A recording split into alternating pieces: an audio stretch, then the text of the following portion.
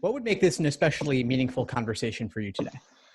I think that, so the first time I took the LSAT, I did a self-study, but I was also like in undergrad. And then the second time I took the LSAT, I did a class. And so this time I'm self-studying again, but without being an undergrad. So more time and more like, I think, better.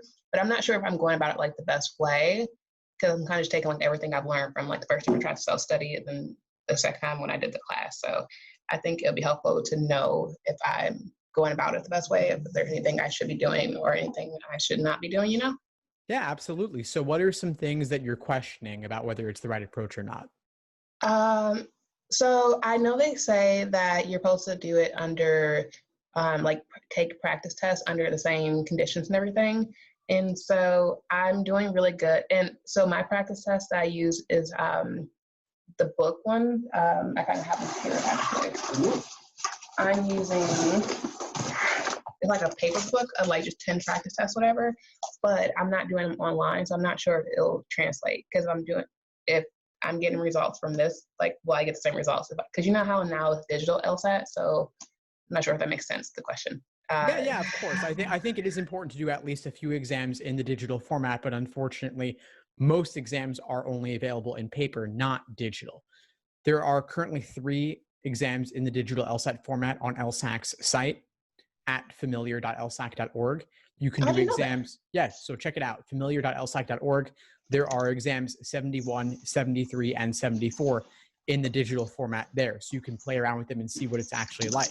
And ideally, I would even suggest using a tablet so you can really replicate exactly what the testing experience will be like. As for the others, you could do them on paper and then do all your work on scratch paper to the side. Or if you have the PDFs, you could pull out the PDFs on your computer screen or your tablet, and then once again, do your work on scratch paper to the side. Okay. And then what do you think will probably be like the biggest difference with it being digital versus being paper? Because I feel like it's pretty much, you can't change the topics. It's just logic, reason, logic, games, reading comp. So, but do you think there will actually be like anything of significance to really look out for? Yeah, there are a couple of things. And you're right that the content of the exam has not changed at all, but the way in which it's delivered is a little bit different. 2 big differences are, first off, on digital, you can only see one question at a time. Okay. So that's you probably can't a good thing though, right? Yes and no. I mean, I think that for logical reasoning, it could be useful to help you focus. But on games and reading comp, you can't have those groupings of associated questions available to you at a glance. Like, you don't have a bird's eye view of all the questions in a game or a passage. You can only see one at a time. Okay. That's something to get used to. Yeah, because it is different. Like with the practice things, you get like all of them at one time. So I guess that is something to look out for. Yeah, and then the other big thing I would say is that also on digital, you cannot draw on or notate on the questions themselves. Okay. You can only do work on the scratch paper to the side. There are some tools like highlighting and underlining, but they don't work that well. And they're not actually letting you write on the stimulus, for example, or write on the passage. Okay. And then also, with it being close, I'm taking the November LSAT, so with it being closer, how do you go about preventing being burnt out from studying? Because like if you see the same material all the time every day, you kind of just get annoyed with it. Sure. So 2 big things. One is don't take full-length exams on consecutive days, because that does lead to burnout. It's a lot of work to do a full-length exam and to review it as well. So space them out. For most people, 2 a week is probably the most you want to do. Okay. Then the other thing I would suggest regarding burnout is take plenty of breaks when you're not doing full-length exams, and even consider taking a day off here and there. It won't kill you. Yeah, what I was doing, I guess, is not the best thing. I was just taking like one a day, because we only have like 6 weeks, so I figure 6 weeks, 7 days. I don't know, like 35, and will get me there. But I can see like how that's not the best approach. So. It's a common mistake, but the real value in doing these exams is not just to do more. It's really to get questions wrong so that you can learn from your mistakes, to figure out what exactly you're likely to get wrong. Okay. And then what do you think about, as far as like applying and stuff, what do you think would be if you don't get the LSAT score that you're going for, how do you go about putting that on applications and still trying to ease the fact that it wasn't the best that you were hoping for? That's a great question. And there are two answers to that. One of them is that if you can show that, let's say, for applying to undergrad, if your SAT or ACT score did not reflect your true potential, but your GPA does, then you could reference that as at least some evidence for making your case. Otherwise, there's not too much you can say. You can, yeah, sure, you could say you had a bad day or the digital LSAT didn't work properly or something, but the numbers are the numbers, and the real answer would just be retake. Okay. And then do you think there's like a max you should like amount, because this will be my third time taking it. And I'm kind of like at this point, probably be my last time, or do you think it's worth continuing on with taking the test over and over? There is a limit. There is some reasonable limit at some point. I think that obviously 7 or 8 times starts to become a little much. And there actually are new retake limits that are going into effect this year. But I'd say for you, if this is your third time, that's totally fine. One more could be, a fourth time could be okay. But beyond that, it starts to look like you're a little bit flaky or not really knowing when to take it when you're fully ready. Okay. That just starts to become a concern for them. So I would say if you get close to November and you're not scoring where you want to be, consider withdrawing and delaying to a later test date when you'll have more time. Okay. And then how do you go about making your personality stand out more on your applications? Well, the personal statement and any essays you have are the biggest places to do that. Admissions is not my focus, although I have worked with a lot of admission officers, both current and former. And it's really about telling a story in your personal statement and making them like you. And so we can get into the details a little bit if you want, but those are just the broad recommendations.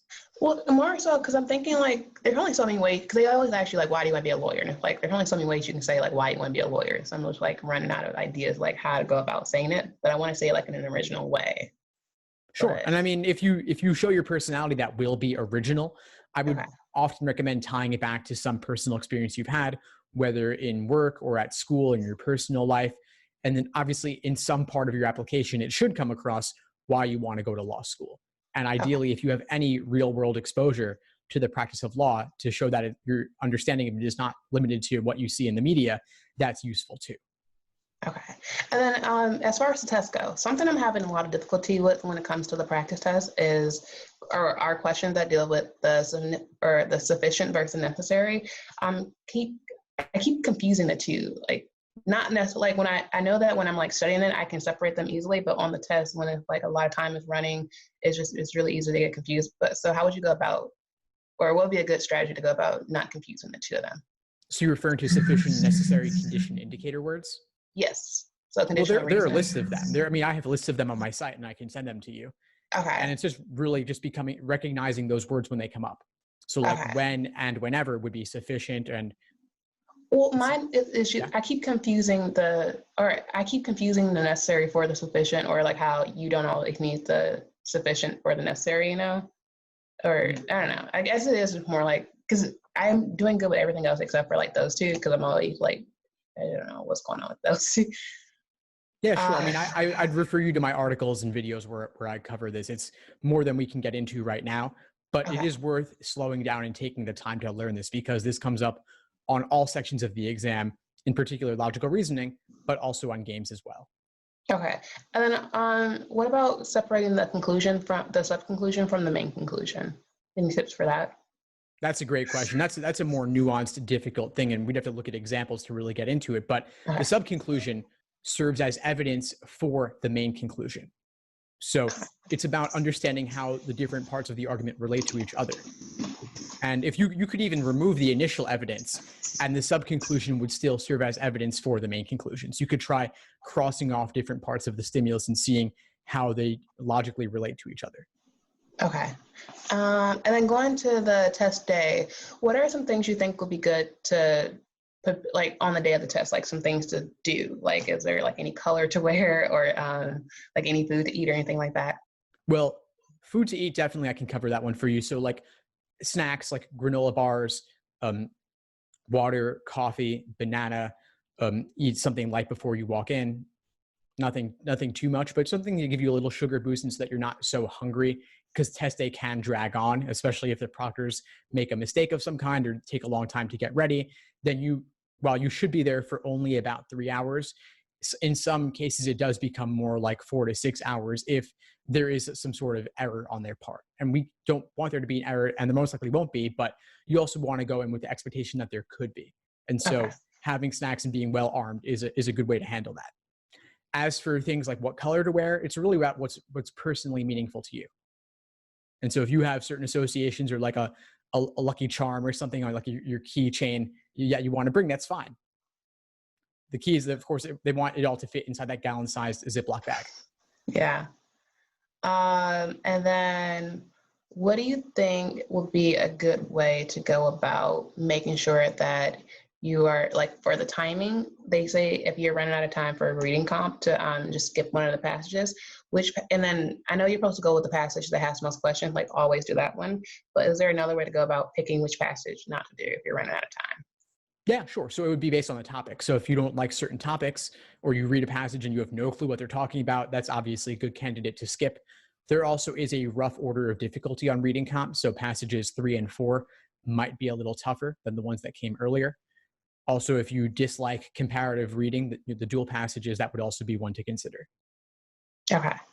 And then as far as like logic games, I haven't seen like a lot of circular questions with that. So is it really worth studying? Well, I know you're supposed to study everything, but like, I feel like there's certain things that are more like grouping games. You have to know that like off top.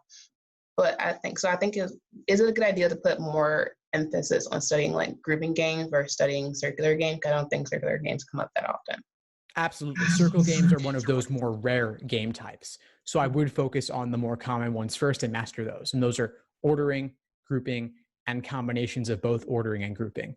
But then rare game types would include things like pattern and mapping and circular games, as you said. And so it's worth having some familiarity with them and doing it maybe at least one of each type so that you're not totally thrown for a loop if they come up. But it is worth focusing your time on the more common game types. Okay. And then what do you think is something that a lot of people overlook when studying for the LSAT? That's a great question. Wow. So not devoting enough time to studying overall, that sounds like that's not your problem, though, if you were looking to do an exam every day. I'd say the other common mistake I would see is not spending enough time engaging in detailed review of everything you got wrong and also everything you had difficulty with. And this takes a long time. This could take at least 3 hours for reviewing a single exam that you did, because there's the questions you got wrong, and there's also all the ones you had difficulty with. So even if you got a 170 on a practice test, that would be about 10 questions wrong, but there would also be another 10 to 15 where you were down to 2 and you guessed and got lucky, and it could have just as easily gone the other way. So it's already 20 to 25 questions, assuming you got a 170. And if you got lower than that, there's even more to review. And so spending 5-10 minutes a question quickly becomes over 3 hours. So it's a lot of work, but it's worth it. Okay. So you would say it's not good to just study the ones you got wrong, but study the ones that you also sometimes got right. Well, the ones you got wrong, of course, you should review those. But then in so many cases, students will be down to 2 choices and guess, and sometimes they get lucky. Okay. But because it could have just as easily gone the other way, that it could have been wrong next time. So it's equally important to review that as well, because it was just chance that made it a correct answer for you that time. Then also, if you're choosing something but you're not totally confident in it, maybe you would have picked something else the next time around as well. And so that's also worth reviewing. Okay. And then let me see. Also, one thing is like, is it a good? So one thing I've been doing, studying the older ones and then studying the newer ones, just like going back and forth. But I'm talking about the practice test. But should I study only the old ones leading up to the new ones, or is it good to just go back and forth between old and new ones? So we're currently at exam number 88, which was the September LSAT. Mm-hmm. And with only about a month remaining, you don't want to do older exams at the expense of newer ones. Okay. And so I would look at the exams you have remaining, look at your schedule and see, will you be able to cover everything from the 70s and 80s before test day? Okay. If not, then you definitely don't want to do the older stuff from, let's say, the 50s or 40s or prior, because then you wouldn't be getting to the new ones. At the same time, though, you might want to reserve some of the new ones to save them for a future potential retake. So one thing I often suggest is maybe do the even numbered ones now and save the odd numbered ones for next time, if there is a next time. I didn't think that is a good idea. Huh. And then, yeah, I think that kind of answers all of it. Oh, so if I already did a writing sample, then I'm good on that, or should I consider redoing the writing sample? You don't need to do one again, but you can if you like. So if you feel like that you could do a much better job next time than you did previously, then that's something to consider. I wouldn't place too much importance or thinking about it too much though, because it is unscored. But if it's unscored, but do the law schools consider it when they're looking at your overall tests and everything? They will look at it often in cases where they have a concern about someone's English proficiency if they're a non-native speaker, or Okay. if their English grades in college were really low. They want to make sure that you actually are good at writing, and they also want to know that, unlike your personal statement, which could have been edited and reviewed by others, this is the only unfiltered writing they have to look at. Also, if you like handwritten writing samples aren't as likely to be looked at because they're hard to read, but now that the new digital LSAT writing is digital, they're more likely to look at it. So if you feel like you want to redo it and have a second shot at it, you can. Okay. Okay. Cool. That pretty much answers like everything and like beyond. So that was Fantastic, awesome. Angie. I'm really glad I was able to help. What would you say Yeah. is the biggest insight you got from our call today? The not doing them every day and kind of do them and then review them, and then not just review the ones you got wrong, but review the ones where you guessed. Because I thought that if you're getting down to two answers and then they both could have been good, but then you went with one that was better and you ultimately got it right, that's not really worth reviewing. But I can see like why that's not the best thing. So I will definitely be reviewing the one where I kind of got down to two and got lucky. But then also I'll put more emphasis on reviewing the test more so than doing the test, because you're right, it is kind of like a lot to do one a day and then still have to review. So I think that's what I got the most out of this. Fantastic. I'm really glad to hear it. Well, please keep in touch as you move forward. I'm happy to help however I can. Awesome. Thank you so much. Thanks for tuning into the show. Please subscribe if you haven't done so already to be notified of new episodes as I release them. And feel free to reach out if you need anything at all as you move forward with your prep. I'm happy to help however I can. In the meantime, I wish you all the best and take care.